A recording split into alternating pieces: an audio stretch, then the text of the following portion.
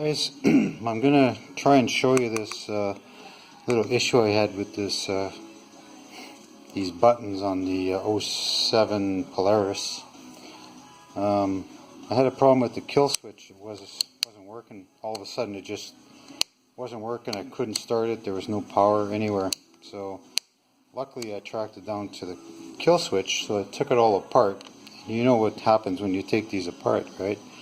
Springs go flying and little pieces go flying, so right away I panicked thinking I'm gonna have to buy a new one, but I was able to put it back together. There's a spring in here with what looks like two staples that make the connections, and the only problem I have now is something fell out of the headlight switch, and I wasn't sure what it was at first, but I think it was a ball bearing, because now it really doesn't click into any detents. So I'm going to take it apart. I got some ball bearings. I don't know if they're the right size because I don't know what size fell out. So I'm going to take it apart and I'll see if I can show you what's going on here. There's 3 screws on this side. I had to pull the hand grip back. There's 3 screws. So I got the kill switch pushed all the way over. Now I'm going to pull it apart slowly, and hopefully everything doesn't go flying.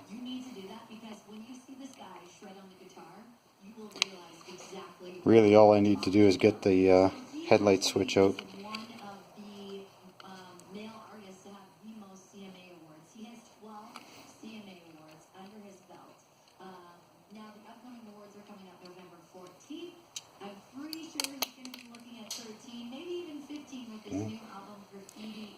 And there goes some parts on the floor, so let me see if I can find them.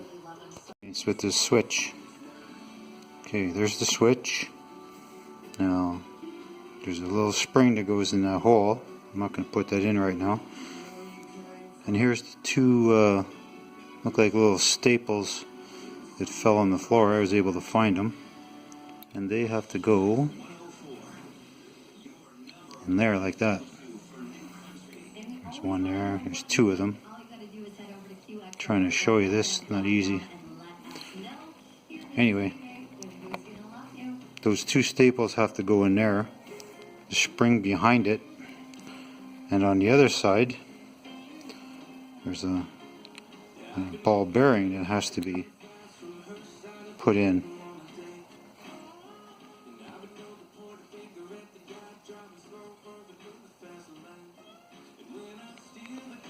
Something like that.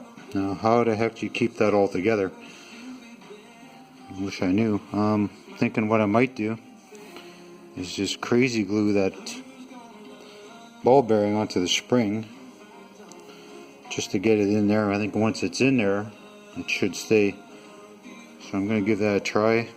I don't think I'm going to film it, but that gives you a rough idea how tough this is going to be. And I'll just show you where it goes if I can.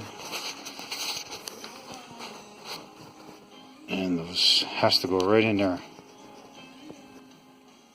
Right in here. I think that's where the indents where the ball goes. And this is where those 2 staples have to hit, right on that white thing there with the metal makes the contacts. And each one of these switches has the same thing. This one has 2 of the staples, so does this one. So wish me luck. I'll show it to you when it's done, if it's done. So here's what I got so far. I have the here's the indent ball. I have it sort of crazy glued to the spring, and on this side I have those 2 contact points put in.